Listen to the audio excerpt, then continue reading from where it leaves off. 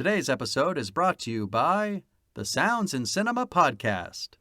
Mike and Tom are washing their mouths out with soap because the Everything Sequel podcast contains explicit language.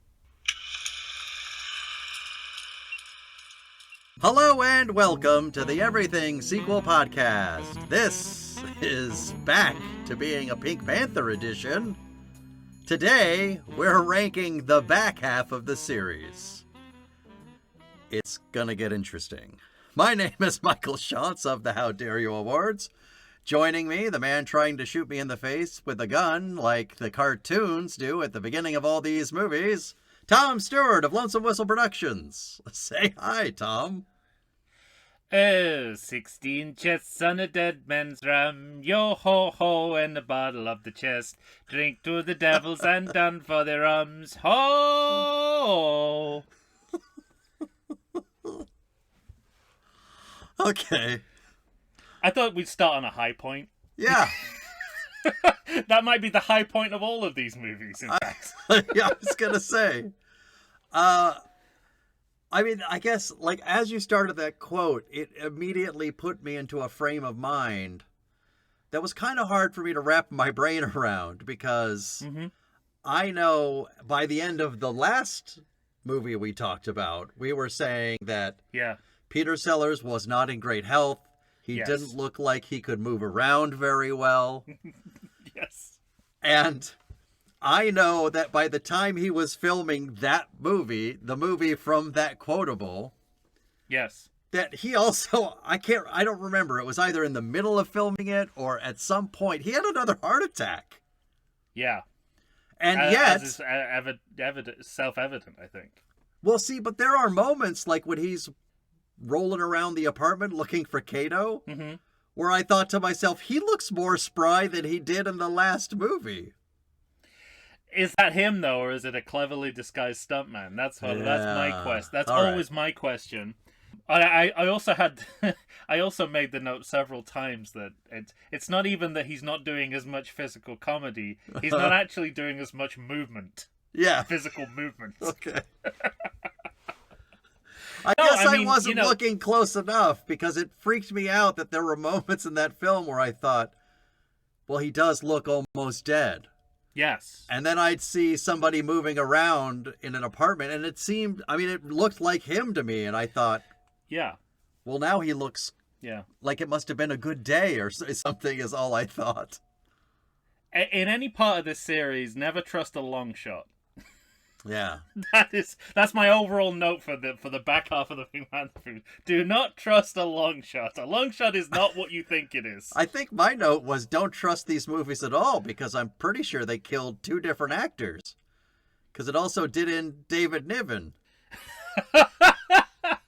That's right, yes. Yeah, that's not since Poltergeist have we seen back-to-back casting errors. Yeah.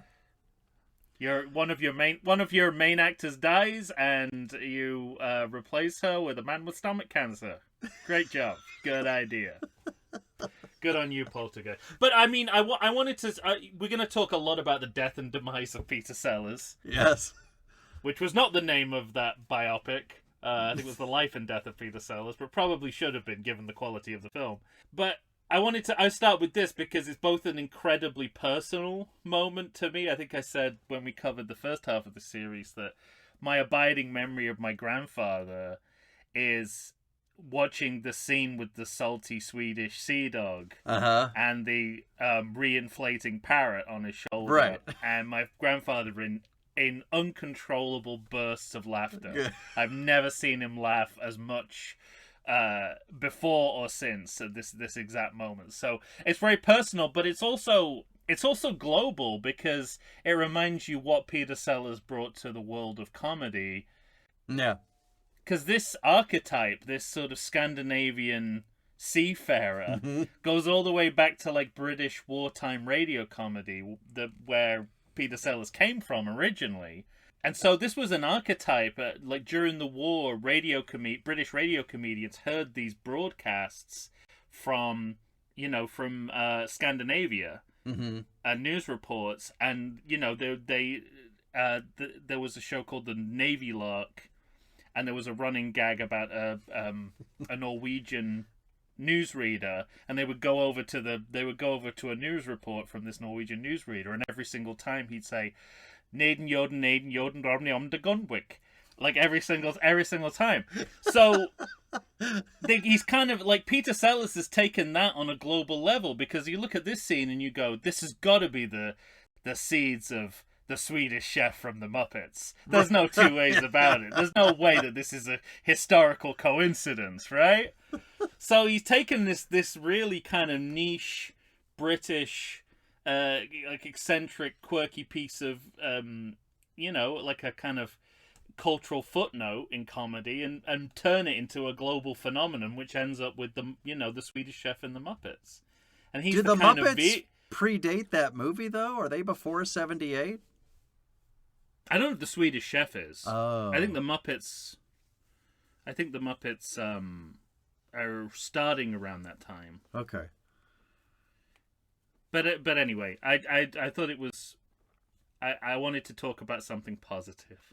Yes, absolutely. But it also, I guess the reason I asked the question, because both Peter Sellers and I was thinking maybe even more Blake Edwards. I thought maybe the Muppets predated, and then Sellers turned it into this. It could be, yeah, his own comedy. Mm-hmm. Because one of my notes, especially for that movie, is how much they seem to be interested in and drawing on. Yeah, for a couple of these movies, the things that they're leeching comedy from, yes, are kind of widespread. And that was interesting to me. Yeah, well, you've also got a kind of response to the popularity of the gangster film as well. Right. That's in there for sure. In there. So, I mean, I don't know if we're talking around it, but I guess we can cut to the chase. Does this qualify as the oddest run of movies we've covered consecutively on the podcast? I mean, well, even the movie in this series, which is quote unquote normal, by which I mean the lead actor is alive and consenting to be in the movie, is a movie that's totally at odds with itself. It's totally schizophrenic. Yep. Then you've got two movies which are essentially the same movie. Yes, and you got one movie that's not a movie. One of them is not a movie, and they can and should have been edited into one movie. Yes. And then you've got the kind of the sort of expected sequel after Peter Sellers dies, which is a sort of quasi-reboot lineage sequel. Yeah. But it happens 10 years later. So long. I was so surprised when I saw the year. In my mind's eye, I thought it was closer. And then you don't get any more Pink Panther for another 10 plus years. Yeah, with 13. With the Steve Martin reboot. Baker's dozen, I think. So, this is... But you know what's odd for me is you were talking about personal, and this half of the series is personal to me, too, because two of these movies were the first Pink Panther movies I saw, I think, at all, and also in the theater. I saw these two of these movies in the theater. You know what? That's the first time I've been surprised by you saying that, for some reason. It doesn't seem right that particularly one of these movies was ever released in theaters. Right. One of these movies has got kind of like primetime special written all over it. Yeah. Special presentation. I mean, one of them is essentially now a tribute to Peter Sellers. Yes, right. Which is anything but a tribute to Peter Sellers. It really isn't. I was so I was so baffled by one of these movies where you realize that he's, of course, dead, and they seem to be trying to stitch together a story from shit entirely out of outtakes. from shit he had already done in other movies that they got rid of. Well, I should hope so. I hope they're not literally dragging his corpse around and making him make a movie Weekend at Bernie style. But well, I don't put it past them. No, while I was saying that, it's like they had a conversation about it. Yeah, absolutely. But, it's with every scene you're watching, you think to yourself, well, I understand why they cut these out of the other movies. Yeah. There's funny stuff within them, but they labor, they go on too long, they don't match well with the rest of the movie as I remember it. At one point, it's kind of like a nightmare almost, where you feel like it's like the lead character is being sucked back through his past movies. Yeah, yes, exactly. Well, that was the thing. It seemed at the beginning as an earnest attempt to create a movie out of nothing, essentially. Yeah. And then salvage job. You very much realize the moment, maybe not even quite halfway through the movie, when they just ran out of enough shit to do that with. The whole second half of the movie. Because the whole second half of the movie becomes a story about a reporter. Yeah. And a clip show, which made me feel very much like watching The Simpsons. But without the kind of ironic, hey, we're doing a clip show. I said in my notes. I said the difference between this and the Simpsons parody of this is non-existent. Exactly. There is literally a moment where one of the characters says, "I'll never forget that old man on the streets." Right. In reference to the car chase in the Pink Panther. It's like, how is that different from "the baby is reminiscing"? That was the moment for me too, when that voiceover said, "I'll never forget that old man trying to cross the street. I really lost my shit." And again, like Michael Jordan, I took that personally because that was both our favorite moment from the Pink Panther, and now it is forever tarnished by its weak use as part of a labored clip show. It's something else. And it makes ranking almost an impossibility. It makes ranking a mess, especially, I'm loath to admit this, but going into it, having seen two of these movies, I saw Revenge in the theaters. I remember that. Okay, yeah. I saw it on TV many years ago. Okay.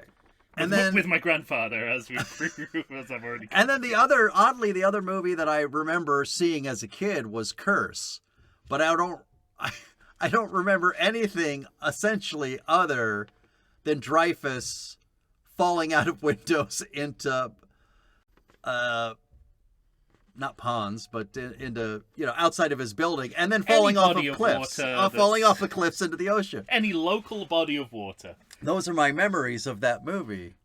And so I hate admitting this, but I walked into this back half of the series thinking, okay, I think I probably know my number one before I even start watching them. Sure. Well, and then there's a good reason for that. And then I thought, I think the clip show will probably be second because it still at least has Peter Sellers. And then that's the dilemma. Yeah. And then I'm punched in the face with what that, in quotes, I'll say, movie is. Mm-hmm. Yeah. Followed by two movies that, for all their faults that we may talk about, they are movies. Yes, they do. So technically they are, but they're both. Yeah, technically they're both movies. Well, I'd say. So what do you do with purposes, this? One is much more of a movie than the other. Okay, fine. Yeah, what do you do with any of that? Well, unlike you, and this might surprise you as well. Like I'd seen Revenge on TV, but I kind of stopped there. I hadn't seen the rest of the Pink Panther series. I think I started to watch Trail once, and then kind of saw the writing on the wall. Mm-hmm. I seem to remember it was on TV. I started watching it. I got up to bandaged head on the plane scene. Yeah.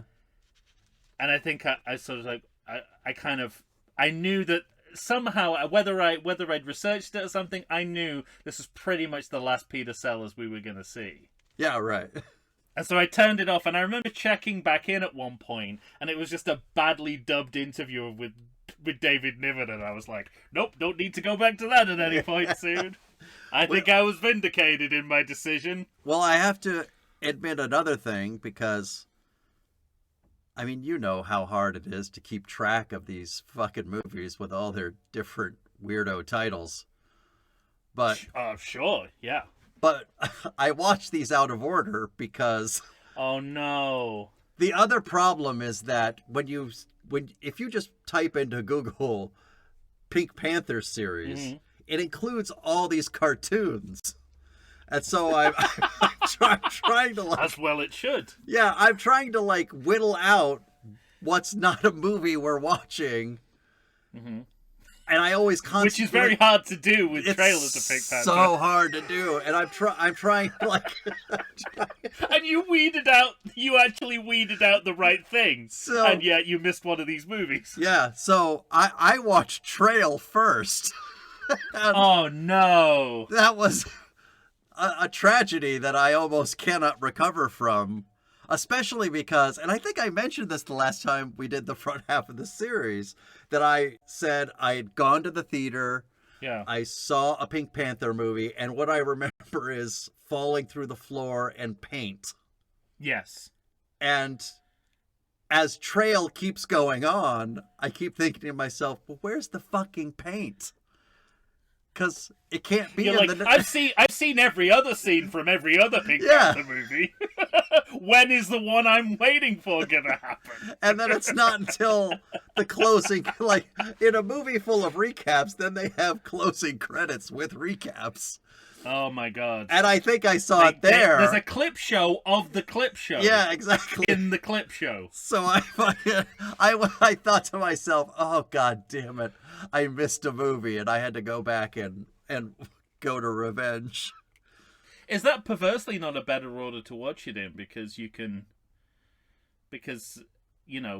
after Trail, if you go back to Revenge, it's like oh, that's you've almost forgotten what a real movie looks like. Yeah, you get a little treat before you dip back into the. I think you mentioned the schizophrenia earlier. Yeah, and that's the perfect word, because these movies are fucking bananas. They're insane. Especially the middle two, because I have some unanswered questions. I haven't really been able to find it out, and a part of me doesn't want to know. In what order were these two projects conceived? Because they seem to me to be either-or scenarios. Like, either you make Trail of the Pink Panther, or you make Curse of the Pink Panther. You don't make Trail of Pink Panther and then decide what we need is a near 2-hour follow-up to this movie. I have an answer for that, actually. Okay, good. Or does good have anything to do with it? No, good doesn't have anything to do with it. It doesn't make any sense why they did this. But they shot them consecutively. Right. So they are being shot at the same time. Well, I mean, that makes sense because they have most of the same actors in it, right down to William Hootkins, Denise Crosby, and Robert Loggia. Dude, the number of times I saw Robert Loggia in these movies, but he's playing the same character in 2 movies, but a different character in 1 movie. These movies are insane. Can he not be the same character? No, he's not. Just moved up? He's definitely not. Well, he has a different name. He has a different name. But talk about different... well, I didn't even clock that. Talk about, right place, right time. He played a minor heavy character in 1 Pink Panther movie. He ended up staying for 3. Yes. He made a trilogy of Pink Panther movies. It's it's astounding. Oh. It was, ironically, I mean, obviously for Peter Sellers, it wasn't a good time to be midway through a franchise, but for everyone around him, yeah, right, they got 2 movies worth of work out of... They got 3 movies worth of work out of 1, essentially. Mm-hmm. Oh, because Peter Sellers died. So, yeah, and... Well, I mean, the only thing I was going to say is that everything that was... and maybe this is more a matter of degree than kind, but everything that happened in the last 3 movies in the series that I watched was a complete surprise to me.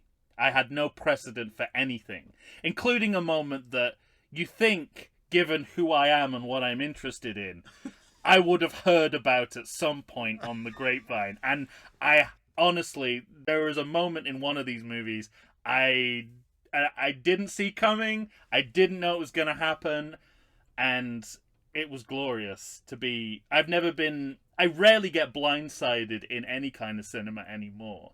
And for it to be blindsided about one of my all-time favorite parts of cinema... Oh, so I know what you're talking about then. Yeah, I had no idea that... And when I say it out loud, everyone's going to say, why would you? That Peter Sellers is recast as plastic surgery as Roger Moore. Yeah. Doing a pretty much perfect Sellers doing Clouseau. That's my biggest note, where I thought, you're following what's his name? Ted Wass? Yeah. You're talking about Dwight Schultz's less talented younger brother? Ted Wass, yeah. Ted Wass, yes. You're following Ted Wass for what is it? I mean, it's an hour and 54 fucking minute movie, I think. Which is, I mean, that is criminal. That is a criminal. I know we can't talk about it now. I understand. Can't start talking about it now, but I know you're calling it audible, but let me just say on record, that is criminal. It's so terrible. It's so terrible. Do you know what the gut punch of that was? The title sequence of that movie is shorter than all the other title sequences. So where the fuck are they getting 2 hours from? I don't know. Anyway, I have so much to say about all title sequences as well, but tasteless. You have this hour and 54-minute movie, and it's towards the end when suddenly Roger Moore appears. Yeah. And he is playing Clouseau, and I can hardly believe my eyes, except me too. It does make sense for some reason, because he is a star. Like, when Roger Moore enters the story, you realize this guy is a star. He has gravitas. You can hardly believe he's performing that physical comedy as well as he's doing. Well, I can, because... I can. Because he was doing it in all the Bond movies up until that point. Yeah, I guess, but that's a different thing, isn't it? I mean, it's... You're absolutely right. Well, not only that, but this is not like getting Roger Moore in the late 80s or 90s. This is the year of Octopussy. Yeah, right. He's James Bond while he's doing this cameo. Right. And not only that, he's in a James Bond release year with Octopussy. Where there's actually 2 to 3 Bond films going around in the ether. Yeah, right. He's right. essentially the biggest movie star in the world at the time. And he, not only is he kind of, I mean, I think legally he wasn't allowed to be credited. Yeah, there was a whole thing, because part of this has to do with Niven too, because Niven was suffering from ALS, and he was at the end of his life. So much so, oh Jesus, that this is so sad. It's gonna get so sad so quick. But as I understand it, sad. I think it was Rich Little who had to dub a lot of his voice. Yes, I saw that. Voice, and which is weird because Peter Sellers used to do that for other actors too. Really, he famously dubbed Humphrey Bogart in Beat the Devil because Humphrey Bogart had a car accident, smashed all his teeth, so he was unintelligible when he spoke. So they got Peter Sellers in to do a Humphrey Bogart impersonation. Wow. and the whole movie was done with ADR. Well, So it's Niven really is the paid it second. forward. Yeah, Niven is the second person that this series killed, but that we know about. yeah, but part of it was It was the 70s and 80s. part of Roger Moore's willingness to come in and do the Clouseau was so that Niven could come back and do whatever he could physically Yeah. and get a paycheck. Wow. Which I think he needed just because of hospital bills and that kind of thing, and he wanted to my help. God. He wanted to help his friend. It's already the greatest film cameo I've ever seen, because not only is he, incredibly game for something that, altruism aside, he shouldn't really be doing, especially when a James Bond movie is coming out simultaneously. He also, he doesn't. He's not slumming at all. He's not playing down. He's elevating it.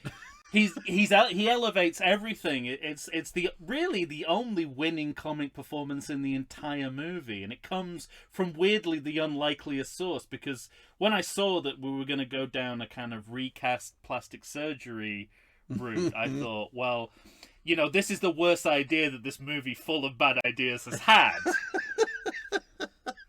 And it turned out to be that it literally was like a phoenix from the flames. It became something worth watching for a few minutes when Roger Moore was on screen. Yeah. So I'm just amazed that this has been kept a secret from me so long that this happened.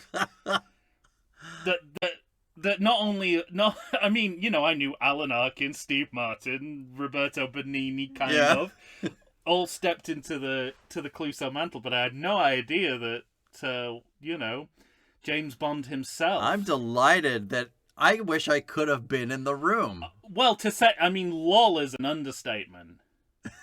There were like machine gun bullets of laughter. The likes of which I haven't heard come out of myself, never mind other people. Right. Make those noises.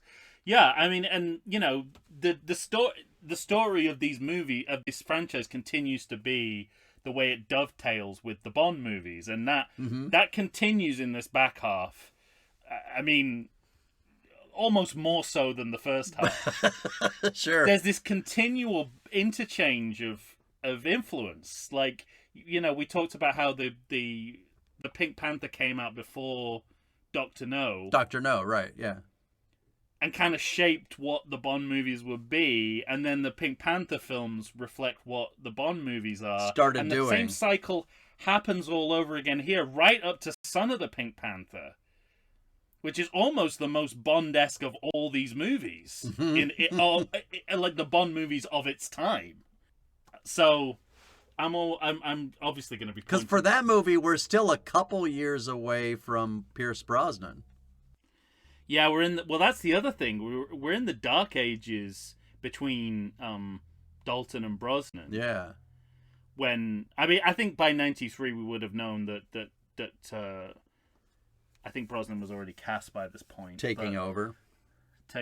But I feel like they thought there was a niche in the market because there's no Bond films around, so we can make a kind of like a light action comedy using the locales and actors from Bond movies, and kind of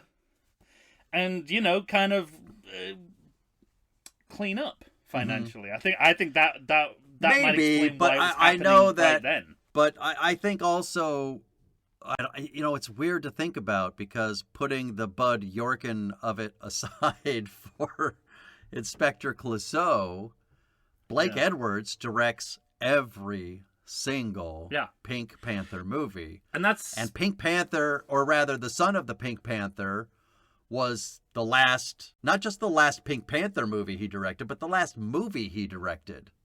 And he retired. Yeah.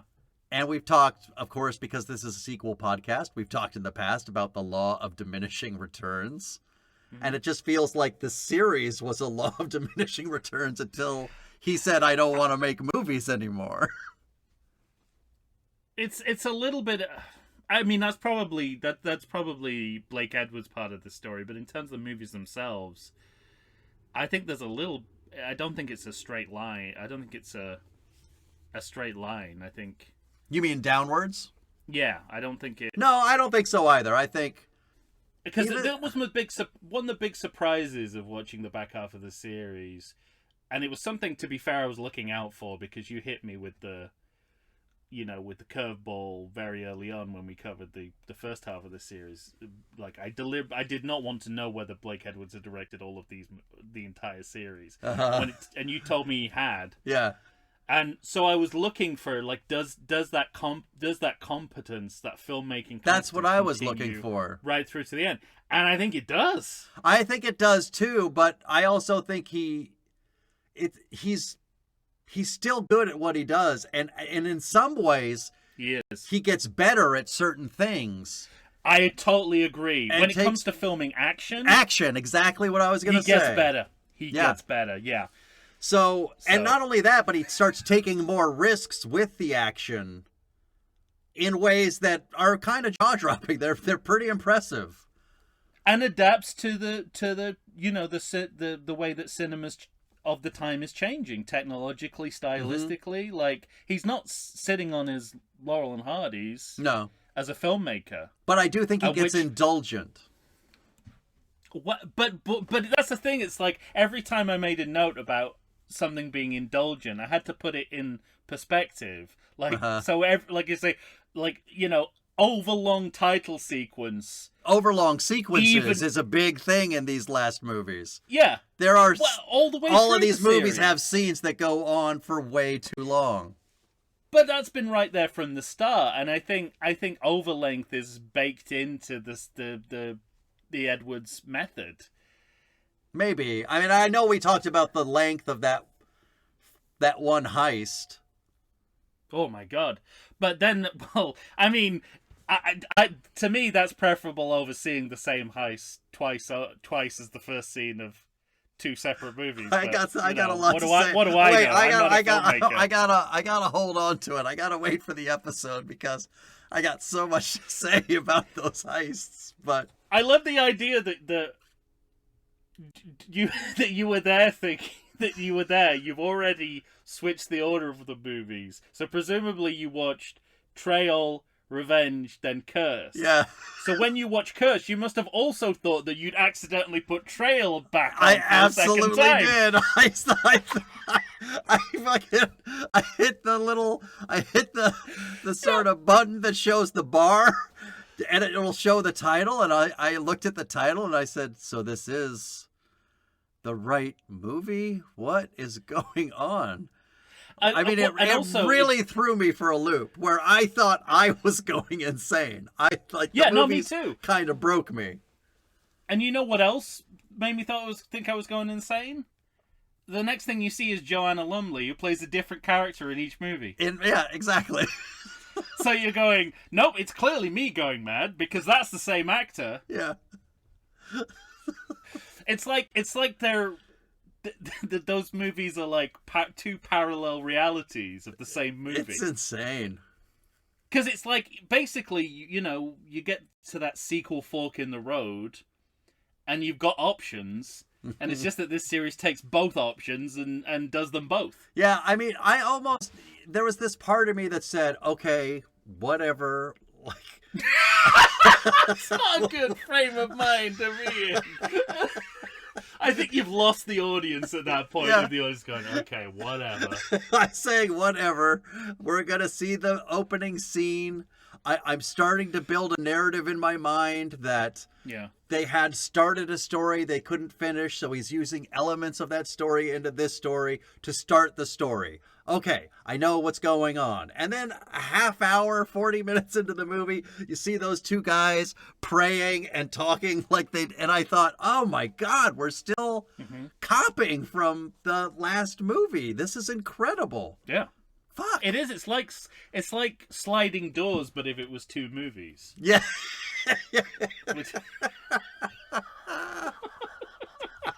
Sliding Doors 1 and 2. Yeah. You had to wait for the alternate reality. Yeah. It's just like Sliding Doors, but there's no editing. Oh, man. All right. Well, that's a pretty impressive base layer we've put down. as we have to rank and declare for the back half of this series.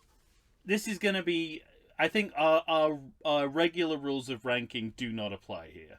Ugh. Because I'm certainly going to put something on the top of my list that would be towards the bottom if we included it in the first half. Mm-hmm. And also, I was also interested, like, another fascinating aspect of the storytelling in this series is the number of reset points followed by serial installments. So, you know, like, and I mean, we just King Heralded this thing in 2. We didn't know. Yeah. Well, we didn't know what we were getting in for anyway, but we didn't do that. That was just symmetry. Like, we just did it for symmetry's sake. But there is a series reset after Pink Panther Strikes Again, where we undo a lot of what happened. Oh, do we in ever? The past few movies, and then we start a story again, and we have one movie which is like a standalone, and then we go into a 2-part story. Mm-hmm. Like, Trail of Pink Panther ends on a cliffhanger. And part of me was going, well, they're never going to pick this up for various reasons, many of them being that they don't have the actor featured in that final shots to continue telling the story. But then they go straight into the next movie, and it's like, oh, this is part 2 of the Clouseau is missing in action story. Exactly. And then you reset again, you undo all that, because, you know, Son of the Pink Panther, the characters in the movie and the audience have to accept that Clouseau isn't still alive with Roger Moore's face. He's now dead, and everyone somehow is certain that he's dead. Yeah. Well, that's the other thing is, I mean, I think I could say this for the ranking episode because it fits the entire series. Yeah. From beginning to end. You know what this series is about? Dreyfus. The whole series is his arc. It's several overlapping arcs. Yeah, yes, true. I can't tell you how many times, especially because I watched Trail first. My note is somehow Dreyfus is alive. It's like you sat down at the beginning of this viewing experience and went, how can I make this even more bizarre than it already was? Yeah, it was such it was a real Palpatine moment. Because I started with Trail, and then I went, okay, all right, I fucked up. I have to go back. Yeah. I'm going to go back and watch Revenge, and they'll explain to me how he got unminiaturized into death. Yes. Which they don't do. And so, again, I'm faced with a moment of somehow Dreyfus is alive. Returned. Somehow Dreyfus has returned. Literally. Yeah. Somehow Dreyfus revenged. Yeah. Yeah, it's absolutely insane. I think after seeing the back half of this series, I realized that Dreyfus is the most retconned character in cinema history. I can't think of another, honestly, and that's not a joke. I really can't think of a character who has been as retconned. You know, if you can come back from being eviscerated by an atomic weapon with no explanation, you are the most retconned character in cinema history. Period. But it's just so funny how, like, they don't even... It's not retconning where they, you know, the kind of... the gaslight method, the J.J. Abrams method. Like, it kind of just resets to a point right before certain events took place. So what's really interesting is, like, I'm trying to remember I think it's Curse. At the beginning of Curse, when the AI... proto-AI computer yes. gives his resume. It stops in 1978, which is like our latest reset point in the arc of Dreyfus. I know. And he turns out to be a good guy.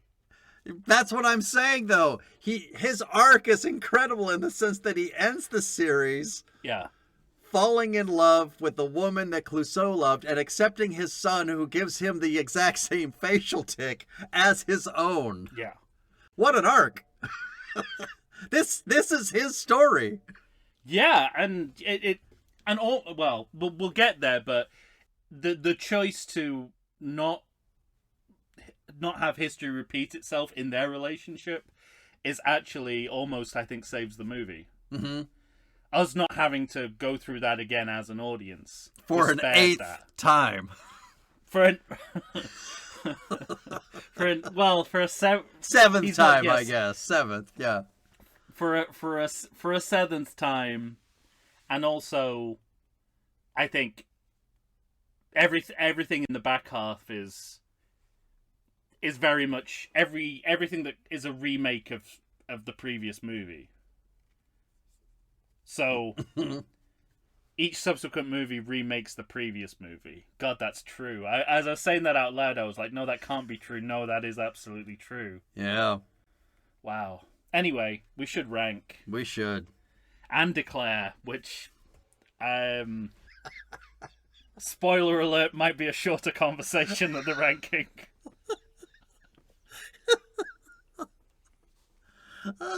Okay. Well, easy for you?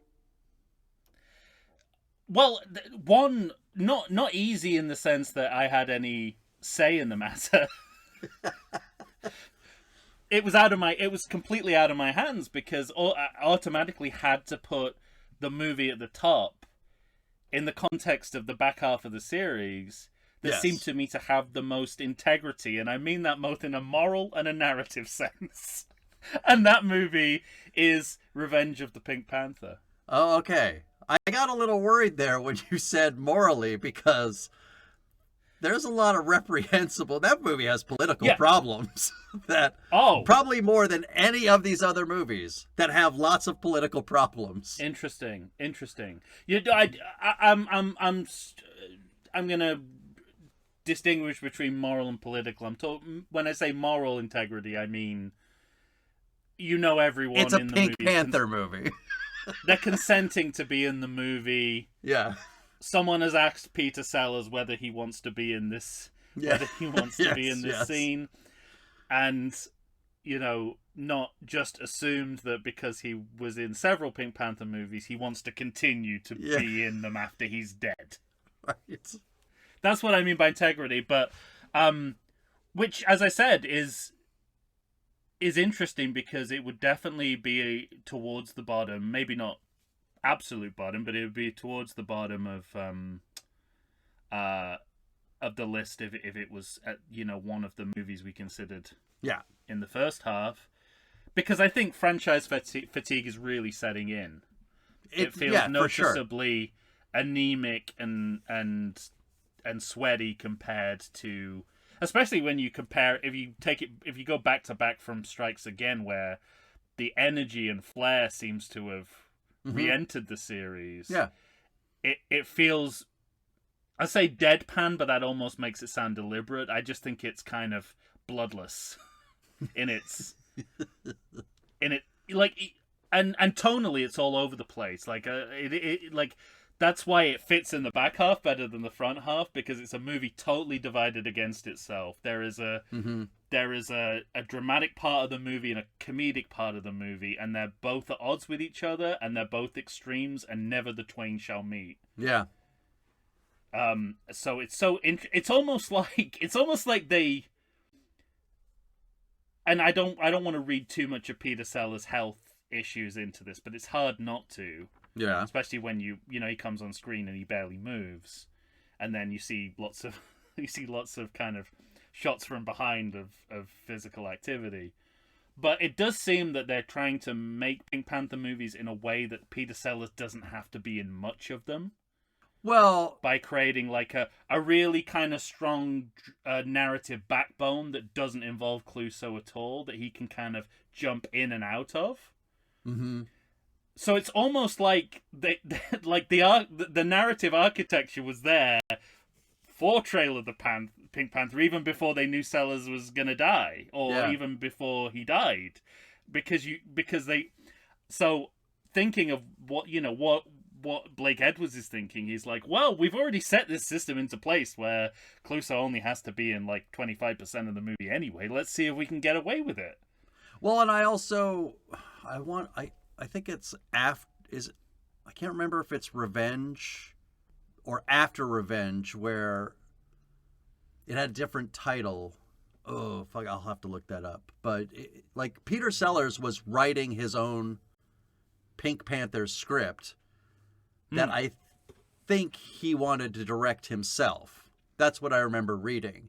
And he kind of wanted to split from Blake Edwards. It's interesting. Well, and that's what he was working on when he died. Oh, no. And they took elements of that for Trail. So I'm pretty sure, it's After Revenge. Under oath that Blake Edwards had Peter Sellers killed. I'm not. Okay. I'm not going quite that far. But You're also not under oath, but let's just say for the sake of argument you are. Well, I don't. That's the Simpsons joke, isn't it? Well, I don't think I'm under oath. Lionel Hutz just gets up and points at him. And you're saying under oath? Well, I don't think I'm under oath. I don't think I'm under oath. But because Revenge is the first movie that was made from that production company, which was Sellers and Edwards as a joint venture, and then it was like, and then it becomes Blake Entertainment Edwards, right? Yeah. After that, so it's suspicious. Mm-hmm. It's like I think that was Sellers trying to wrangle in some control. And he's like, I'll come back if I can do this, and we're working together. But it was like his halfway. So it was like, I'm going to take over half this production, and then I want to give you the boot and start doing them on my own. All of which, by the way, is very odd that in his mind he was set to go on with this when he didn't even want to really continue after A Shot in the Dark. And he had to keep being lured back. And he'd get lured back by Blake Edwards saying, I'll let you do whatever you want on set. Just keep, throwing bits out there. We'll rehearse over and over and over again, but film it all, and you can do whatever you want. I mean, I think it speaks to, an erratic human being. Yes, which we know Peter Sellers was. But it also, it would have... Obviously, I want... He was, by all accounts, not a very nice person, but I didn't want him to die.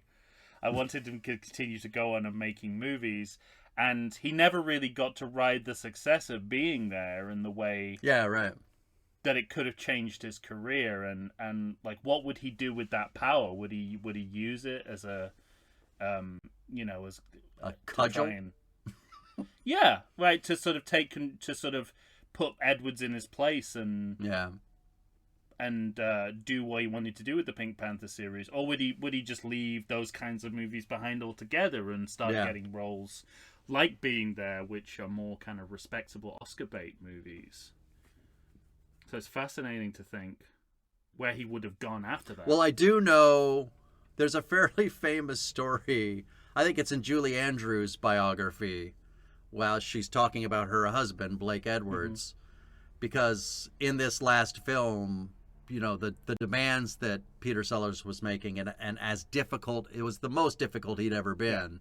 And it was rough and not good. And to the point, we've already talked about schizophrenia, but to the point of him maybe actually being truly ill.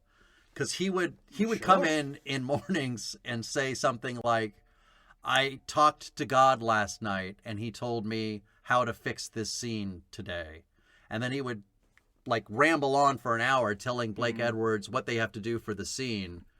And apparently Blake Edwards said, the next time you talk to God, tell him he doesn't know what he's doing. Yeah. I mean, he's the reason that people think comedians are fucked up. Yeah. There's actually not as many examples as you think. Like, there are a lot of people who are good comedians and great comedians who live very normal lives. But then there's people like him and Richard Pryor, and they give the rest of them a bad name for insane behavior, right? Offset. So yeah, it's interesting because you know that meme, which is, if I won't tell you if I win the lottery, but there'll be signs, and then there's like a photo of a backyard full of 60 dogs or something like that. Well, as I went into trailer the Pink Panther, I wonder if there's going to be signs of Edwards trying to break away from the shadow of Peter Sellers and take authorial control of the Pink Panther series. And literally, as I had that thought, the giant letters the Blake Edwards Entertainment sandwiching the word entertainment appeared on the screen. I was like, well, there's my answer. Well, there you have it. That curiosity is sated. But anyway, I haven't found out if your top of your list is the same as mine. Well, like you, I just don't think that there's not. Yeah. There's another There's movie no counter argument that can come even close. And of course, the movie at the top of the list of the back half has to be Revenge. It has to be. Yeah. And for all its problems, class is class, and there are some moments of inspired physical and cinematic comedy. Yeah. That you will always get when those two people are working together, I think. Yeah, I think so. And decidedly not when they don't. Yes. So I got to tell. Well, I have to save it, but. Yeah, I know. I'm burning a lot of my best material. Speaking of comedy, yeah, expand on comedy, but yeah. I don't think I'd like to hear. I'd like to hear a counter argument, but I don't think I'd last very long. I think I would have to silence it quite quickly. There just isn't if there was one. A counter argument. No, and it's interesting. I watched a little bit of the. You seem to have done a lot of research about the production situation more than I have, but I did my version of that, which is to watch a bunch of YouTube making of featurettes, and I was so excited when I saw there's a YouTube featurette. It's called That's Panthertainment, and it's kind of it's both like a behind the scenes, but it's not behind the scenes of the making of Revenge of the Pink Panther. It's behind the scenes of the promotional junket for Revenge of the Pink Panther. So they basically went to Hawaii, and then with the actors from the movies and invited celebrity guests. And I was so excited about telling you about who one of the celebrity guests at the luau that they staged was, that I had a dream where I told you, and I only remembered the other day that I hadn't actually told you. I told you in a dream. That's how excited I was to tell you. I want you to see if you can guess first. Literally. And it's 1978, so there's no reason this person should be picked out other than they are actually, they're quite popular at the time. But there must have been so many celebrities there, and yet they picked out this one celebrity to do like a vox pop with. Really? And but it's someone who will have a huge effect on the rest of the Pink Panther as a franchise. And this is 1978. Well, I'll give you a clue. He's an actor and a comedian. But somebody who had a great effect, though? Yeah. On the rest of this series? Yes. Because my first thought was, is it Mulligan? But who's Mulligan? Richard Mulligan, who in Trail plays his dad. Oh no! I have a lot to say about that, but I'll save it. I have plenty to say about that, but before him, my mind went to. I thought maybe you were hooking into like somebody I loved at the time and forever, but I thought for some reason I thought Roy Scheider, but I can't think how he would have greatly affected the rest of this series. No. So I'm at a loss. Let me shall I tell you? Is he in the movies? Yes, and was probably at his most popular in 1978 for being a comedian, if not an actor. No, damn it! So it's not Loja. Robert Loggia. You have to say it like that, don't you? By the way, I've accidentally seen more Robert Loggia movies in the past week than I've seen in my entire life, because I've watched Big with my son, I watched Lost Highway in tribute to David Lynch, and then 3 of these movies have got Robert Loggia in, so that's the most Loggia I've ever had in one sitting, I think. Is it Corman? Harvey? Harvey Corman? No. All right, I give up. Steve Martin. Oh. The one guest that they choose to talk to in this documentary is Steve Martin. In 1978, they have no inkling. I was strictly thinking of the back half of this series. I wasn't thinking about beyond that. Interesting. Whoever decided to edit together that TV show, I mean, they must be like, this was the greatest bit of editing ever. Yeah. I basically said, it's sort of like, you're following Sean Connery around, and there's baby Daniel Craig. Yeah. I mean, I just literally couldn't believe it, because I first saw it and I went, yeah, Steve Martin, 1978, it's his time, it's his big, of course they're going to talk to him. Sure. And I went, Steve Martin. Wow. Okay. All right. And just, that sort of like, it's not a literal passing of the gauntlet, but encapsulated in this documentary, it's like 2 different generations of... Yeah. And this doesn't happen that often. I mean, there's a photograph of Peter Capaldi with Tom Baker when he was a Doctor Who fan, and then he eventually ended up playing Doctor Who, but you don't hear of it. Yeah.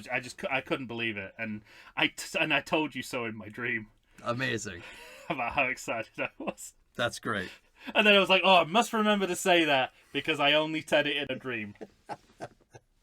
And you can tell I've been watching David Lynch movies as well. I've been like, I will communicate to him in the form of dreams. Like Dale Cooper. Yeah. So, that's good. So those making ofs are kind of interesting, because they make a big presentation of him coming out, but he looks extremely uncomfortable and awkward, as he always does when he's just being himself. Mm-hmm.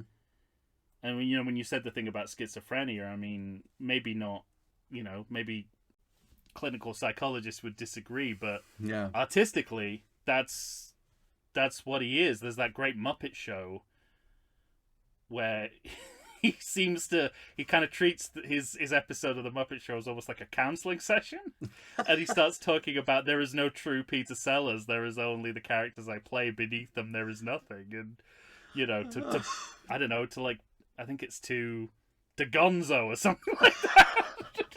Not a noted therapist. So in my mind's eye, I saw him saying it to Kermit, and Kermit kind of doing the slow turn to camera. Scared for like, his life. That episode of The Office with where you see the kids' TV show that Michael Scott was once on. Yeah, yes. And he's there as a child in the suit. And they ask him what he wants to do when he's older, and he gives this really long-winded answer. And then the puppet's jaw just slowly drops as he's listening to it. Yeah. All right. Well, revenge is at the top. By default. Because not only is it a real movie, but with real living people. With real living people, and it has plenty of flaws, but its flaws are different than... Yeah. They're not as broad stroke. I mean, they are... Anyway, like, it's not, say, a problem of casting. It's not a problem of casting. That's a good distinction. So that gives Speaking it of which, big leg up. It does give it a big leg up, yeah. Now, before agreed. Before I have you go on, I'm curious to know. Yeah. In terms of trail. Mm-hmm. Like, what are your initial thoughts? Like, it's not a real movie. No. Did that make you shunt it aside, or do you take it as it is and think... It would, if it weren't for the other movies in the series. Right. Which have somehow have conceptual problems on the same level, just different ones. All right. No, I mean it's you know, it goes down to what do you value, what do you prefer, because Trail and Curse are essentially the same movie, and so it's really about, well, what version of that movie do you prefer? Mm-hmm. Do you want the movie that is that kind of resembles the shape of a movie, but the content of which is kind of unremarkable, or do you want the non-event that gets you a little bit of the Peter Sellers goodness that you're missing? But and the problem, it's a trade. It's a trade-off, but essentially there's not much between them. If you step outside of right of like the cult of Peter Sellers, you're obvious, because if you're thinking about it in terms of star quality, of course you're going to go with Trail as better than Curse, but you've also got to be aware that Trail doesn't resemble a movie in any shape or form. Yeah. So, like, what do you care about? It's essentially like, what do you care about most, I think. Yeah, I mean, we say that all the time, but it's interesting that for these particular whack job movies, mm-hmm. it really puts that question in the spotlight. It does, yeah. And I think it's it's the most difficult thing to answer, because yes, Trail has some of those old-time good feelings because Peter Sellers can be seen in this movie. And yet, like I said earlier, like a lot of those scenes you realize were not good enough to be in the movies they were supposed to be in. Caveat to that, outtakes from Pink Panther Strikes Again are better than the intakes of most movies. Yeah, true. Or most comedy movies. Yeah. So that also factors into the discussion. It's also that they make you make a choice because there's no redeeming qualities in the central performance in Curse of the Pink Panther. Like, there's not even like... So, but that's the thing, not even is like, that... It's not even like he would be good if he had another movie. This guy's never going to be anything other than Blossom's dad. Exactly. But that's the thing, is that I also, when I watch Curse, I find myself kind of feeling bad for him because he is giving his full effort. The actor? Yes. Yes. The actor... No, well... But is it his fault? No, it's not his fault. I mean, I would have killed myself rather than be put in that position. But yes, he right. He shouldn't feel like he had to do that. He shouldn't feel like he had to commit suicide just to avoid this dilemma. But I wouldn't have taken the job. Because the problem with that character in Curse is that oddly, it's also weird seeing an American try to do, like, with an American accent. I mean, yeah. I don't know. There was something within that made the whole movie feel. I think it's another, but it's another kind of Blake Edwards coup moment. It's like, let's Americanize this series a little bit. Well, that's one of my notes for this entire back half is we keep adding elements of Americanism throughout all of these movies in a weird way, but very weird. But also regarding Ted Wass, he's missing a fundamental functional thing from the Clouseau character, which is a personality. Not that he's just stupid, but that he's arrogant. He's not arrogant at all. And that missing piece makes the whole performance deflate for me.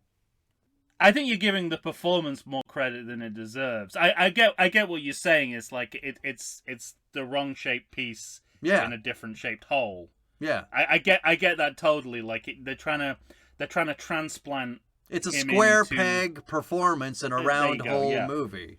But I don't think that's the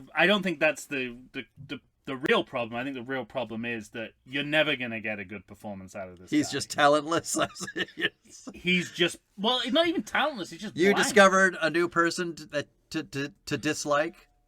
Well, it surprised even me that he was as bland and anonymous as I suspected he would be, but never truly believed any human could be, Yeah.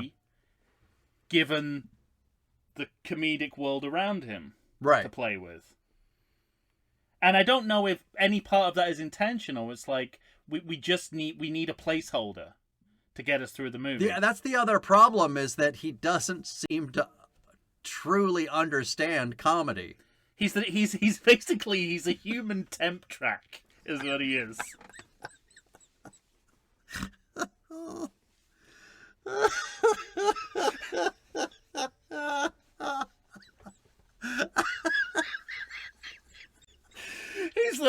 He's that. Don't worry, we'll replace this with something. Yeah, exactly. In the edit. And it's like, shit, we filmed all those scenes. We don't have any more money. It's gonna have to just be him doing all those. He's gonna have to be in the movie. Whoa, Yeah. whoa! We said we were gonna replace him, and there was a reason. I'm sorry, we're out of money. What do you want me to do? Yeah. It's like they went with the original plan of letting David Prowse Yeah, do the Darth Vader Yeah. voice as well as the body. yeah. We'd have a West Country Darth Vader. That would be more interesting than this. It's so much nothing. Yeah, I know. I've never seen more nothing. Well, 2 hours of it. That's too much. That is categorically too much nothing. Yeah, an hour and 54 minutes is 4 episodes of Seinfeld. really upsetting. But then you have Son of the Pink Panther that I think is, what, an hour and 33 minutes maybe? Yeah. But that... Where sanity is restored. Yeah, but that movie also felt much longer than an hour and 33 minutes for me. You have a... I mean, you have a I was known... shell-shocked. You have a known now comedian in Benigni, Mm-hmm. not known then, playing a character. And because he has comedic chops, He was a little known. comedy is he? Okay. I mean, I don't yeah, think... 'cause I he felt done like that- nobody knew him until 4 years later for Life is Beautiful. I mean, but... no, he's well known. I mean, he's well known in Italy, but he'd already done. Well, yeah. I meant here. He'd done those 2. No, I know, but he'd already done 3 Jim Jarmusch movies by that point. Coffee Okay. and Cigarettes, or the Coffee and Cigarettes short that started the anthology movie, Down by Law, which is one of my 10 favorite films of all time, and Night on Earth, which is an anthology movie where he plays a taxi driver in Rome. Down by Law? I don't think I even know it. Should I be ashamed? I don't. It's not very well known. It's a prison drama starring a prison drama comedy starring Roberto Benigni, Tom Waits, and the jazz musician John Lurie. Oh, I did see a picture of that when I was trolling around on IMDb. Yeah. I So- made a mental note because I saw Benigni and Tom Waits Yeah. in a picture together, and I thought, well, I gotta look and see what the fuck that is. And his Coffee and Cigarettes is him and Stephen Wright. Well, that would be very good. Yeah, it's great. That's where I think one of the classic Stephen Wright jokes, he says, "I like to drink coffee at night so I can dream faster." I always liked his joke. I like to tease my plants, so I water them with ice cubes. But for me, him and Mitch Hedberg are just like, they're each one-liner outdoes the other on a different day. Yeah. The different person's one-liner is my favorite. Yeah. And I don't ever want to decide which is better. Stephen Wright, one of his was, I gotta tell you, I'd kill for a Nobel Peace Prize. And then kind of like sniffing around in their butts is Emo Phillips. Oh yeah. He had one of my favorite one-liners. They say children. laughing even thinking about it. They say children are our greatest natural resource. I just really hope it doesn't come to that.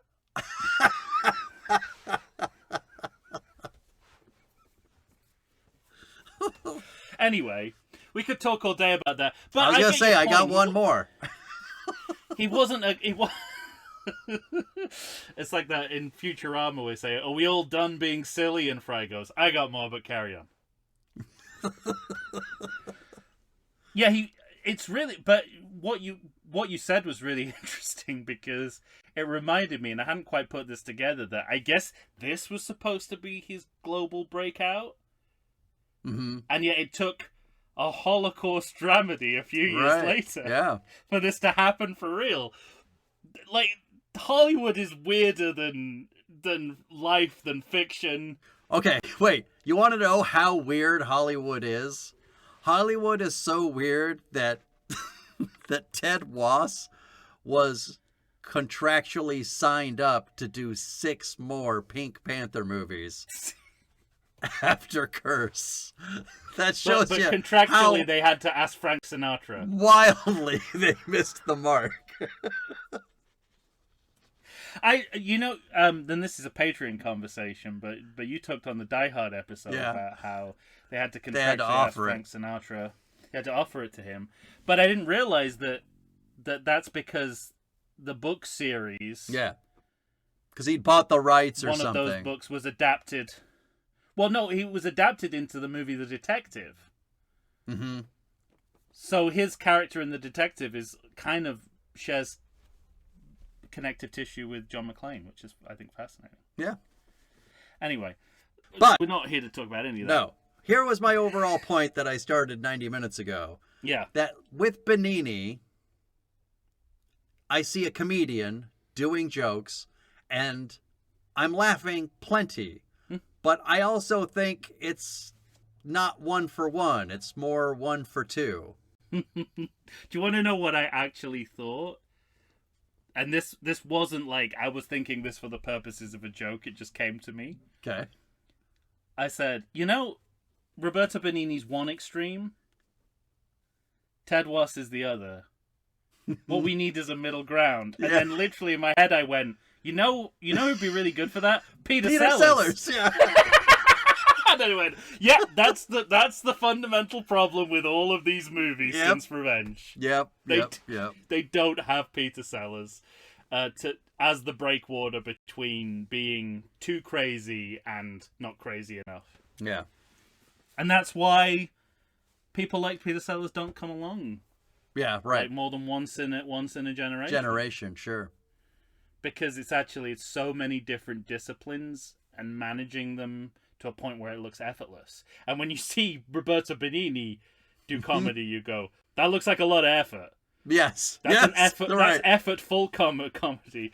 Ted Wass is like, he's not even doing what is recognizable as comedy. Right. Peter Sellers is the lukewarm water. He's the sweet spot. And that's why he's the sweet spot. That's why everyone loves him. Yeah. And why you still watch him today and you go, his execution of that is perfect. Mm-hmm. All right. Having said all of this... Yeah, I know. You're talking around in a... Do you know... Yeah, I do. Are you set? I think I am too, so... I'm set. Yeah, but I want to hear... I want to hear yours first. Okay. I just want to know... I want to know if I'm part of a murder-suicide pact, or whether I'm just... I've talked a lot about suicide in this episode. Don't worry, everyone. I'm fine. Like I'm just... You're not gonna like. It's not gonna be like an in memoriam like there is in Trail of the Pink Panther. It's like to Tom, the one and only podcaster. As well as Mike. Yeah, on the Everything Sequel podcast. I'm just over the corner like, what the fuck am I, chopped liver? Yeah. But I want to hear from you first to see if you've So here's the thing. What I have capitulated. Here's the problem. For the next 3 movies, there is no wrong answer. Now, the real problem... You're right. The real problem is there's also no right answer. There is no right answer. Yeah. There okay, is good. no right answer. So you know, you're willing to watch me kill myself. I don't know if you're in. I don't know if you're fully in on the murder suicide thing. Yeah. All right. So I think, as previously discussed, one of these movies is not a movie, but it has Peter Sellers. Mm-hmm. I am seeing things that I never saw before, but at the same time, Yep. I know they shouldn't be. I know that they were for another movie and why they were taken out, because that's obvious to me, at least, while I watch them. So, although I get to watch Peter Sellers, that's counterbalanced with you've seen quite a lot of what you've seen before. Yeah, exactly. The scales are So kind of that's the other problem with that movie, is that the other half is filled. I got to see the fridge attack again, but you more than once you got to see the fridge attack again. Yeah. I did not expect it in a whole other movie. You got to see it with a fake rabbi outfit as well. I mean, you never thought you'd see that in your lifetime, did you? No. I didn't think I'd see him as a Hasidic Jewish man pop out of a fridge, but this time slowly. Just a little bit slower. Oh. Okay. Now, so that's the problem, is that on the other half of the movie, there's all these things I've already seen where I could see them if by watching better movies. That's a real problem for that movie. Second on the list, everyone. Now, then you've got two oddball movies. Yes. You've got one that I think maybe makes a little more sense narratively.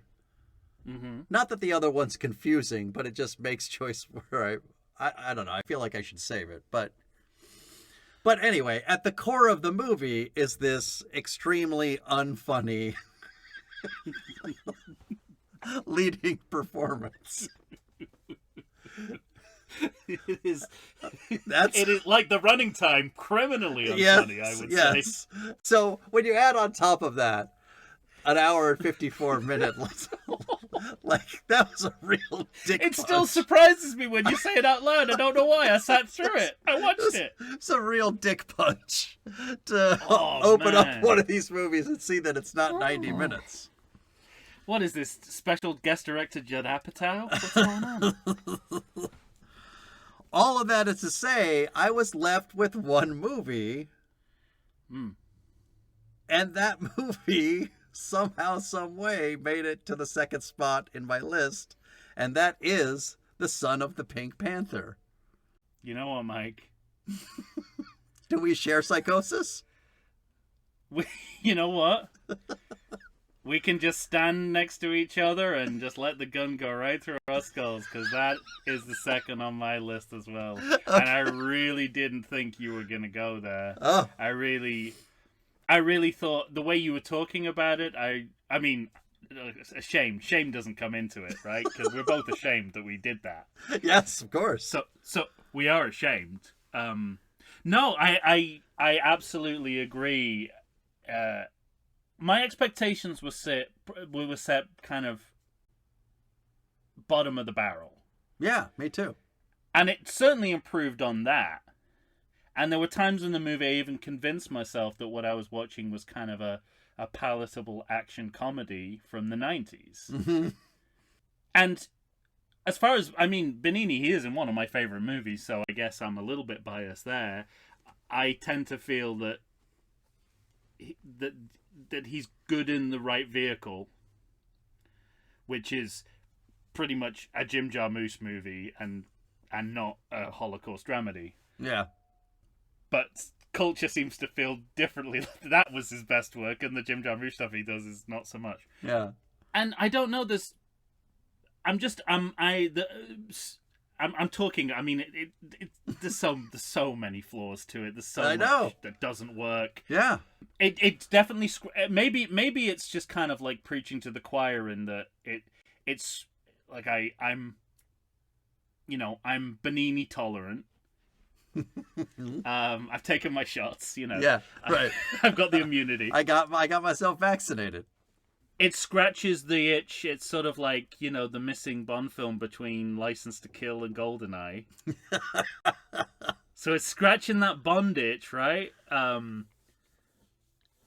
So it got that going on, and then I'm kind of, because my expectations are set so low, I keep being perversely impressed by what Blake Edwards is able to achieve cinematically. And as we talked about, like, not standing still as a filmmaker, and there's some really the way he films action, and particularly the way that the mobility of camera that we praised in his movies from the 60s and 70s. Yeah, right. He's able to keep going, but adapt to the new kinds of camera and camera work that are at play in 90s movies. So all of that kind of just very gently pushes it above the couplet. Little nudge. Shall we call it the couplet? The couplet, yes. Yeah, of movies, not by much, but yeah, right. It's mildly successful, I'd say, as a movie. Yeah, I guess. And I don't think I was expecting it to be. I think I was really expecting it to be like almost like a movie from an alien, like an alien planet. That you're sort of like, what, or like Turkish. I think I was expecting like Turkish Pink Panther, like Turkish Star Wars or Turkish E.T. Yeah. And it was actually far more coherent than that, so it automatically goes to second on my list. Yeah. It's just one of those things for me, because you don't have a comedic performance in the movie that precedes it. Yeah. And although you have comedy in the movie that precedes that movie, again, it's not really a movie. Whose comedy is it? Yeah, exactly. Mostly done by a stand-in. And that was the thing. There's that moment where you have that far too long scene where he's taking groceries home. Just that same. Where he's taking groceries home and the elevator bit, trying to get in it. In Trail, yeah. Yes. In Trail, when he's trying to get out of the elevator and the rice is all spilling out. But before he gets home into the building, he's walking on the street. Mm-hmm. And it's a double. It's a double posing as him. And he's so much a double that I thought it was somebody else. I didn't think they were even trying to have him. And soon it will be. Yeah. It'll be Ted Wass and then Roberto Benigni. And even though he tripped over that dog and said swine dog or whatever he said and did a karate chop but I don't know, there was something about his frame and makeup where I thought they were employing a double within the movie. Right. I thought they were trying to throw somebody off the trail, and that just made me very sad. Anyway. But that's also what's weird about the bandage scene.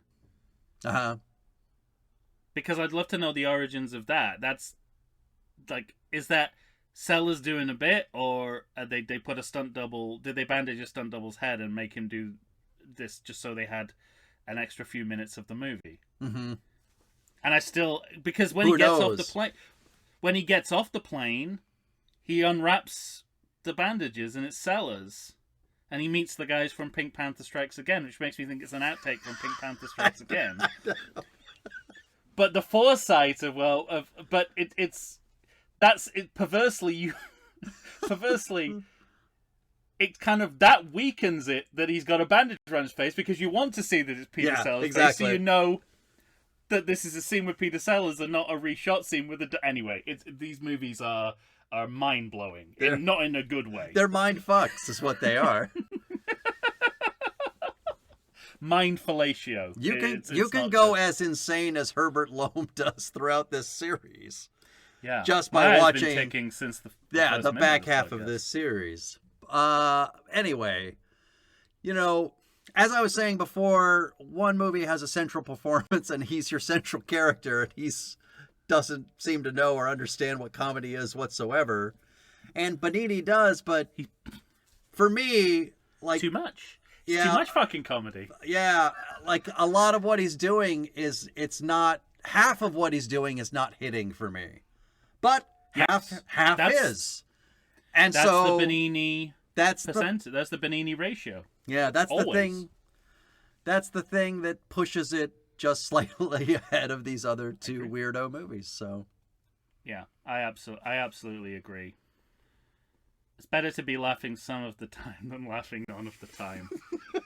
Confucius. No, Confucius didn't say that. Never trust quotes, Abraham Lincoln. Where do you go for your third choice? These are conjoined twins of movies. You separate them and they essentially, their chances of survival are low to zero. You know those twins, the parasitic twins, where one eats the other one? Yeah. And becomes a whole person? That's what this couplet Unfortunately, feels like. the twin that was 2 hour long consumed the 1 hour 9, exactly 1 hour right. 30 twin.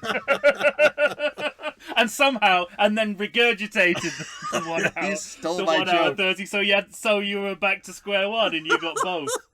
Yeah, I know I've been on a David Lynch kick recently. I feel culture has, for want of not looking into the chasm of the world, or America at least. But I was watching some clips from a short-lived cancelled sitcom he did. It was basically like his cop rock. Oh. Called On the Air, which is about live television. Yeah, that sounds familiar. He did it just after Twin Peaks, and you're watching it and you're like, this could be any like studio sitcom from the 90s, and then there's a clip of what was it? He has then something where you're like, no, this is David, and you go, no, this is David Lynch, because there's a pair of conjoined twins. They're called the Hurry Up Twins, and all they do is come on camera, run into frame, and go, hurry up, hurry up, hurry up, and then leave the frame.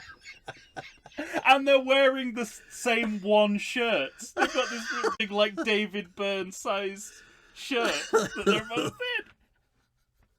It's that's how you get one up on Chuck Lorre. Yeah. The Hurry Up Twins. Anyway, yeah, I mean, in the end, it came down to, just bias of which movie do I get to see high quality physical comedy, let's say footage.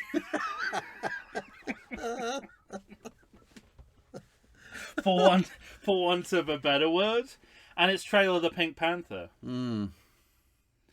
That's really the only thing that distinguishes them for me. I don't think I've ever been as uninterested in a leading performance ever. I can't think of even one that comes close. I mean, there are some terrible lead performances in movies, but nothing like this. Yeah. I mean, also the thought that this might be... I mean, like you, I'm thinking about... Whenever I'm watching it, I'm distracted because I'm thinking, what's Ted Wuss going through? And is this a kind of cinematic version of the Hudsucker Proxy? Where they've done what they do in the film. Is not only we've hired the worst detective in the world, we've also engineered it so we've got the worst comedic actor playing the worst detective in the world. So I don't know, and in the end, I'd rather see Peter Sellers doing his thing than, as I said, Dwight Schultz's less talented younger brother, Ted Wuss. I agree with all of that. But again, no wrong answers, no right answers. We're just screaming into the vastness of space. So much of what is new in Trail is put into Curse. And it fits Curse better. So you're talking about the things that you value. Yes, I think you're right in the sense of, yes, I value being able to see Peter Sellers do Peter Sellers things. All of that makes more sense, but I can't really get over the fact, A, that it's not a movie. Yeah. In any sense of the word. And that, I don't know, I'm almost offended by the fact, one, that they did this at all. Mm-hmm. Two, that they use it as the tribute to Peter Sellers. Yes. Which is really fucked up. Because it is really fucked up. I can't begin to tell you. I thought the movie switched at a certain point. So I thought something went wrong on my fucking Apple TV or my Max or whatever the fuck I'm watching this on, because it goes from Peter Sellers to this story about a fucking journalist roaming around having conversations with Robert Loggia saying, I'm gonna find out the truth. And it never went back to the other thing. And by the time 10 minutes into the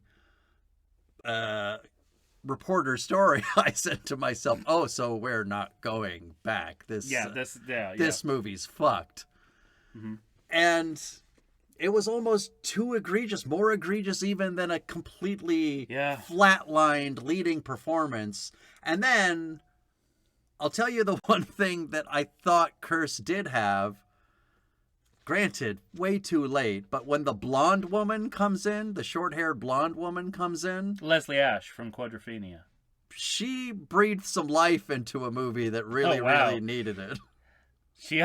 Leslie Ash hasn't breathed life into much apart from her lips in the past 20 years. Well, I thought she's almost making him seem like a human being from planet Earth. Yeah. Well, and also you've got to factor in the Roger Moore cameo.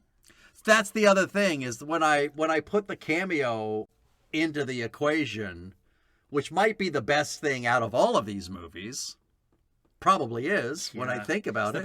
It's like the best one scene performance in maybe even the Pink Panther canon. Mm-hmm. No, that's ridiculous. Forget I said it. Cut that out. No, No. I mean, if you're talking about, aside from anything that Peter Sellers does, because he's acting with Ted Wass, it doesn't count. I mean, it could just be a lamp that it would outact Ted Wass.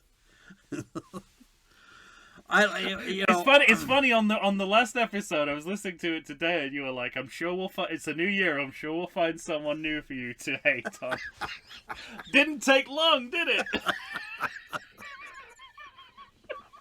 That was even less time than I thought it would take.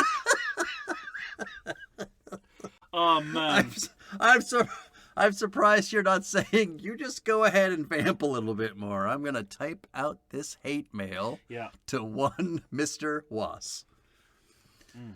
I assume.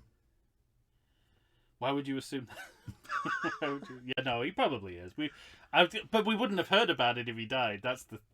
So, I'm sorry. I'm sorry. That's too far. That's too far. That was mean. I'm really sorry. That was very mean. Kindness costs nothing. Kindness costs nothing. There's enough mean-spirited behavior in this world. I can blame him for something that's also a compliment. He's very handsome. Too handsome for that role. Exactly. But not handsome enough for it to be okay. You know what I mean? Like, I know this is the opposite side of the scale, but like Marilyn Monroe, some of her performances were a little rocky. Mm-hmm. But you're never not mesmerized. Right. By her beauty. There's like that movie where she plays a psychotic babysitter, and she makes performances in Dallas look subtle. But at no point are you, and this, like, I remember watching this at, like, a digital film club with my teacher, Victor Perkins. He said exactly the same thing. It's like, that's a horrible performance. I can't stop looking at it. Sure. And I don't think Ted Wuss, with the greatest respects to Blossom's dad, is All due at respect. that level. All due respect. All due respect, Blossom's dad. You ain't that handsome. You ain't. And then that's the other thing. It's But he's like, too handsome for that role. He's too handsome to, like, be a Clouseau surrogate. No, I think Peter Sellers is that's the thing. Peter Sellers is the. If you think Benigni is not, he's not ugly, but I think he might be.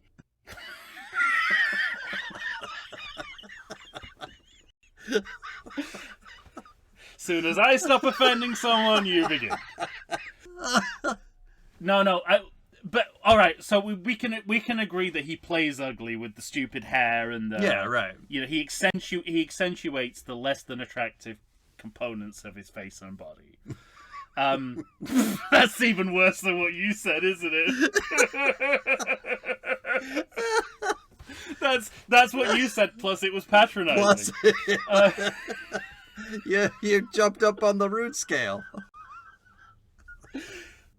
But again, and then you've got, like, clean cut, handsome on the other side. Peter Sellers again is the perfect breakwater between. Yes, exactly. Not too handsome, not too ugly, Yeah. but he can play both sides of the street. Yeah. Looks wise.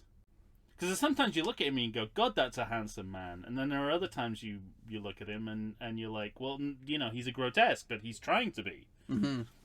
So. Yeah, he's the Goldilocks for sure. Between these other two actors. Yeah.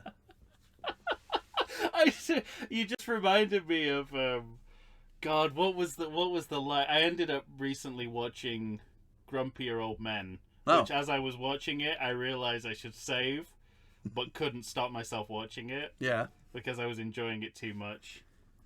And Burgess Meredith at one point is reading Goldilocks to his grave. And he's just peppering in expletives, so he's like, Give me my bed back, you bastard!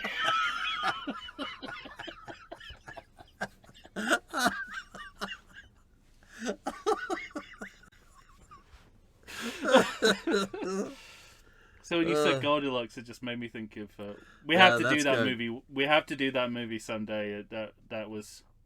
You had a good time. A masterclass in making a comedy sequel. I haven't watched it in a super long time. Oh, it's. But fairly recently I'd watched Grumpy Old Man, just the original recipe. I'll save my thoughts, but it's close. All right. All right. Well, the top half of our lists are the same, but we're switching up the bottoms. Yeah. And that's good because, as you say, no wrong answers, no right answers. I have a kind of simple but cogent argument, and you have an argument that makes way more sense. But yeah. All right. There we go. That's the best we can do with those. No easy task. I'm surprised that you had the kind of the wherewithal to put Son second, though. That's brave. Nutsack. Oh, that's what you. Sorry for that pause, listeners. Mike was, I didn't know he was weighing a heart or what he was doing there. For both of us, I'm saying that takes hefty balls. That takes Dr. August balls. Yes. Well, played by two different characters twice. Yeah. Amazing. Sorry, two different actors twice. When Graham showed up in that fucking Son, I just threw my goddamn pen at the television. You never know who it's gonna. You don't know who it's gonna be until the curtain opens. Exactly. Each time. This week, Dr. August Balls played by, and the best part of it is like, and you know, she's probably not as well known internationally. She's a British comic treasure, Liz Smith as Mrs. Balls. Mm-hmm. And I love that they never even dream of recasting her throughout all the movies. So, all that's left. Look, put it this way: is there even an argument for any of these movies being good? That's where I'm at. That's where I'm at too, and I think there's one argument, but I have a hard time making that argument. Okay. And what is... Go on. Well... The only movie that I even come close to saying is a good movie is Revenge. Mm-hmm. Okay, yeah. I think that's where I'm at as well. But I suppose the difference is that when we're not ranking, we can just look at the film in its own right, and I guess it's slightly unfair that I watched it first, so I didn't have a point of comparison. But I was not overall impressed by it as a film. No, but I think that's when... And bearing in mind, I have a real nostalgic attachment to this film as well. And that's always a sign for me if I don't... Strikes Again was the same. I was like, am I going to be able to review this movie critically? And I'm like, well, I know how much I love it. So if I'm not enjoying it as much, that says something about what the movie actually is. Mm. So I think, sadly... My biggest problems with the movie are the political problems, because... Oh, interesting. They're so ugly. Well, they deserve a separate discussion. I'll just say, this is not the first time Peter Sellers has... No, exactly, yeah. ...pulled this trick with the Yellowface. So, it's as much a greatest hits as it is a piece of racism. But we were willing to overlook all that and call other movies good, despite that. Mm-hmm. Yeah. And I think this movie has enough of what those movies have. Fuck. Like, I feel like if I call it a good movie, I'll wake up in the middle of the night and say, what have I done? It's tough. To me, the reason why I'm comfortable to call it a bad movie, and I don't want to, mm-hmm. is that I think it... How's best to put this? I think no one seems interested in the series anymore. Mm. Or maybe they're interested in some aspects of the movie, but what they're usually interested in seems they're taking it for granted. I will admit that I think that they seem more interested in each other, meaning filming this movie as opposed to creating a movie for us to watch. Mm-hmm. Yeah. I think that's its biggest problem, but I think there's still enough that's interesting. I mean, there's this part of me that was like, Diane Cannon? What? Yeah, and that's clear. Like, that's clearly what they're interested in, like, mm-hmm. making a star of her. But what is it at the expense of? Sure. I just think there's a lot of internal tension and conflict in the movie about what it wants to be and what it's trying to be, and none of it kind of sits comfortably enough to call it a good movie. And there are absolutely bright spots. Yeah. I also think it would have benefited from being the last. I think I would have been given it the benefit of the doubt were it the last in the series as well. Mm. Because it's quite. But it is in a way. It's a satisfactory send off to the Clouseau character. That's what I mean. I mean it's a send off for him, essentially, because he's going to die. He's not going to make any more of these. Not saying he won't be in more of them. Yeah, I guess you can't hold that against the movie necessarily. But my instinct is it's not a good it's not a good film. And it's also you're putting it against. Well, not. I mean, we put it at the top of the back half. Mm-hmm. But if you compare it to the front half, and you know what's capable within the franchise using this formula, this pales in comparison. It does, but it's not. I don't think it pales in the sense like it can't be seen. No, but that's not enough to make it a good. It's watchable, sure. It's a watchable movie. Yeah, I don't know. I think you're right, and probably a better man for being willing to say to Peter Sellers' last Pink Panther movie, "No, you're not good enough to be good." Not his last Pink Panther movie. Well, you know what I mean, though. Last one by consent. Yeah. Last one we know he agreed to be in. Let's put it that way. It's probably just because I'm a bad person, but I'm going to overlook its flaws. I'll say it's good. Well, you make you make another dead person very happy, and that's my grandfather, because he loved this movie. Never seen anyone laugh so much. I always liked him.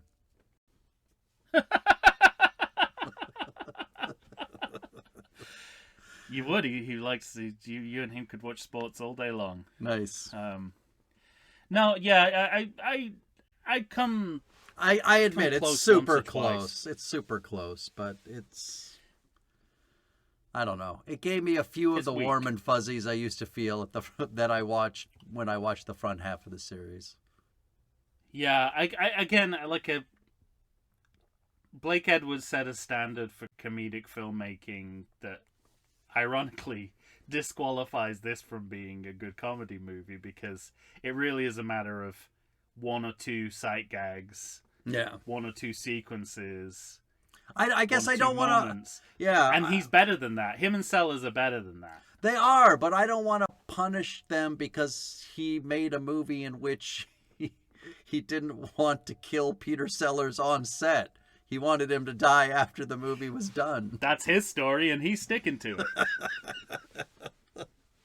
So we'll find out differently when some of the production memos come out, right? Right. Oh, can you imagine if we broke the story, like in 10 years' time, we're going to find out that Blake Edwards murdered Peter Sellers, and we were the first people to crack the case. Yes. This podcast will basically become Serial. Yeah. Become the podcast Serial at that point. Absolutely. We'll be able to do a Serial-like podcast about how we discover Blake Edwards murdered Peter Sellers.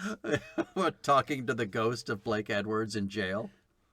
So he just made him like inflate the parrot just a little too much that his heart could take. Right. Yeah, just one more take on that. Really, I'm feeling really out of breath here. I'm getting chest pains. No, just one more inflation. I feel like we got it, but we didn't, Peter. We didn't. Just one more. God told me you're trying to murder me. What are you doing? I think we got it. Shut up, Peter. One more time.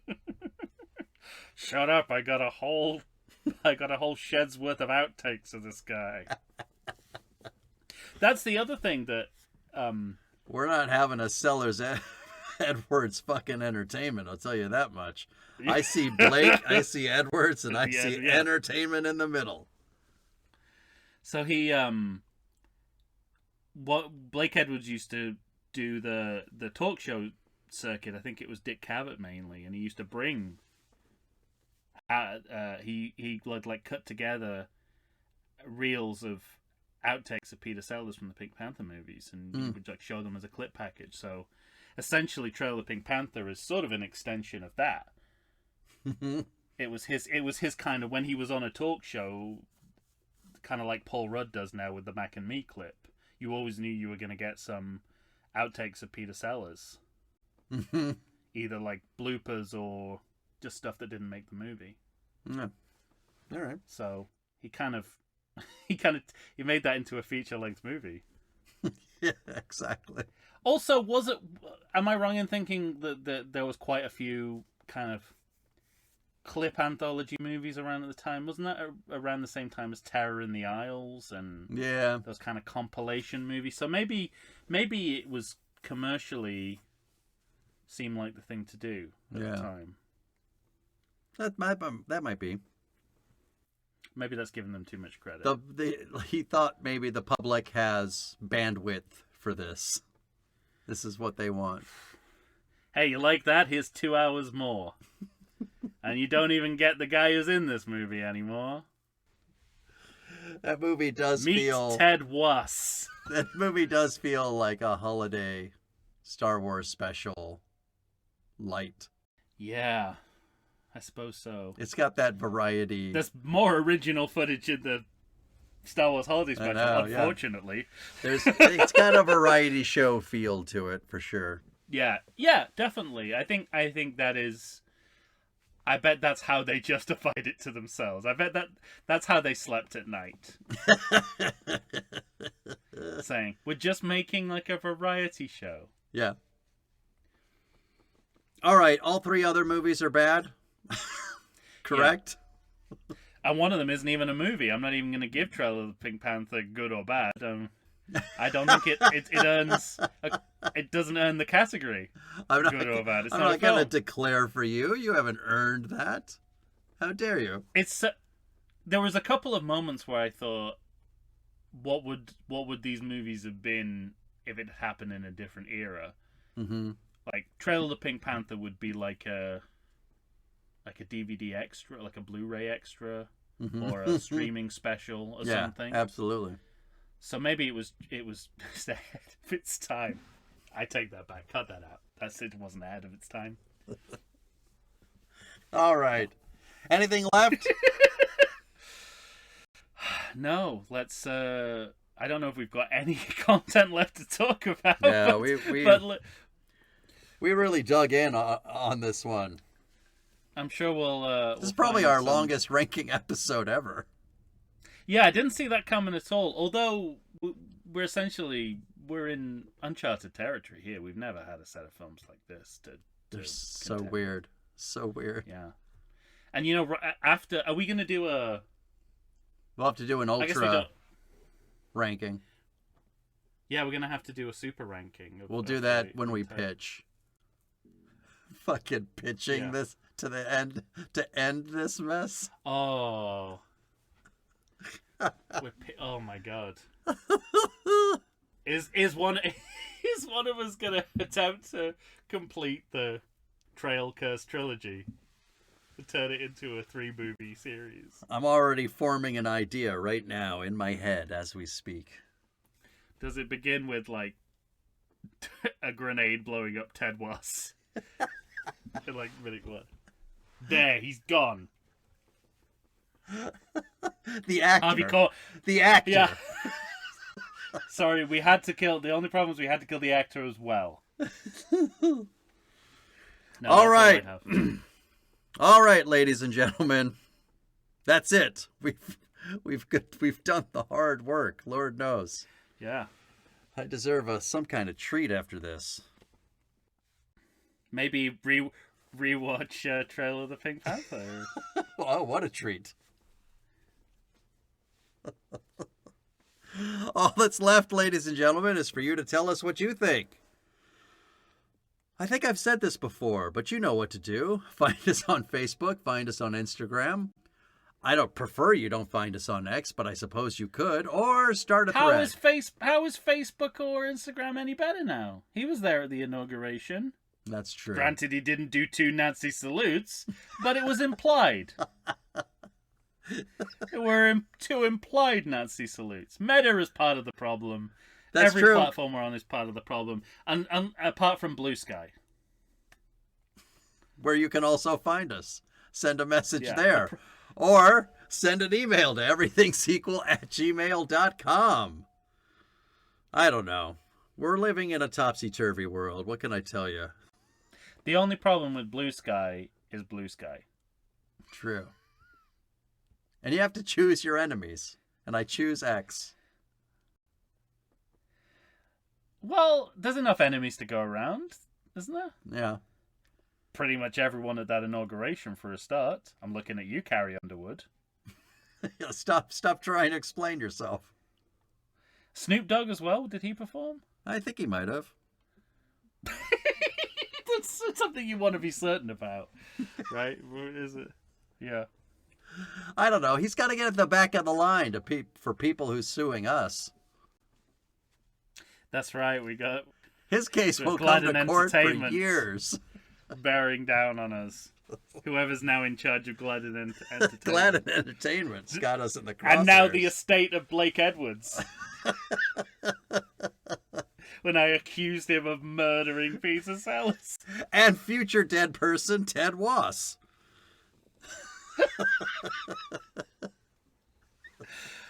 His arguments would never stand up in court. Your Honor. I mean, Your Honor. Show clips from the Curse of the I'd Big like Panther, to show the you. jury. I'd like to show you minutes 7 through 13. It doesn't feel like the minutes are moving forward. Yeah, no. That's comedy. Case dismissed. Case dismissed. I didn't know there was a minute. I didn't know it went from to 7 to 13. I thought it was still 7. All right. For Tom Stewart of Lonesome Whistle Productions, Michael Schatz here of the How Dare You Awards. When you hear us next, we won't be talking about Trail of the Pink Panther, which was the first movie I watched, but we will be talking about Revenge of the Pink Panther. Say goodbye to everybody, Tom. I must finish dance or he'll cut off my nipples. That's a stunningly beautiful woman. Yeah, you mentioned the political problems in Revenge of the Pink I know. Panther. I'm It's not not sure like these other movies are without 1993 is them. getting any better. No, it's not. Also, you know, let's guess what we're heading towards as a culture as well. All right. Well, you all What? take care. I thought you were going to tell us. No, I mean, you know, treatment of, you know, the. Oh yeah, no, that's not going to be good. I'm holding back because I don't want to include the list of people suing us to be the Muslim world. Okay, fine.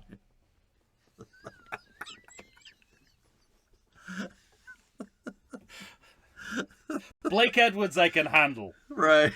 A jihad I can't. He's already dead. I already look too much like Salman Rushdie to have a jihad on me, okay? Besides, I might get stabbed. Why would you get... They go for you and I get stabbed. Do you think that the jihads can stab through Zoom? That'd be impressive. No, I mean, they just find us on the street and they're like, which one's the Salman Rushdie looking guy? Like that one. Oh, that's true. You know, you look like... just to make this episode longer. You look like the fake Salman Rushdie from Seinfeld. Yes. Sal Bass. Yeah. That's what you look like. Who also looks like F. Murray Abraham. Yeah. But isn't F. Murray Abraham, but has been in a local production of Amadeus, which blew my mind. All right. Yeah. North Coast Theatre. All right. Maybe there'll be one of our commercials. All right, we're going for the 2-hour mark on the nose. Thank you, everybody, for listening. Oh, I apologize. We'll be back.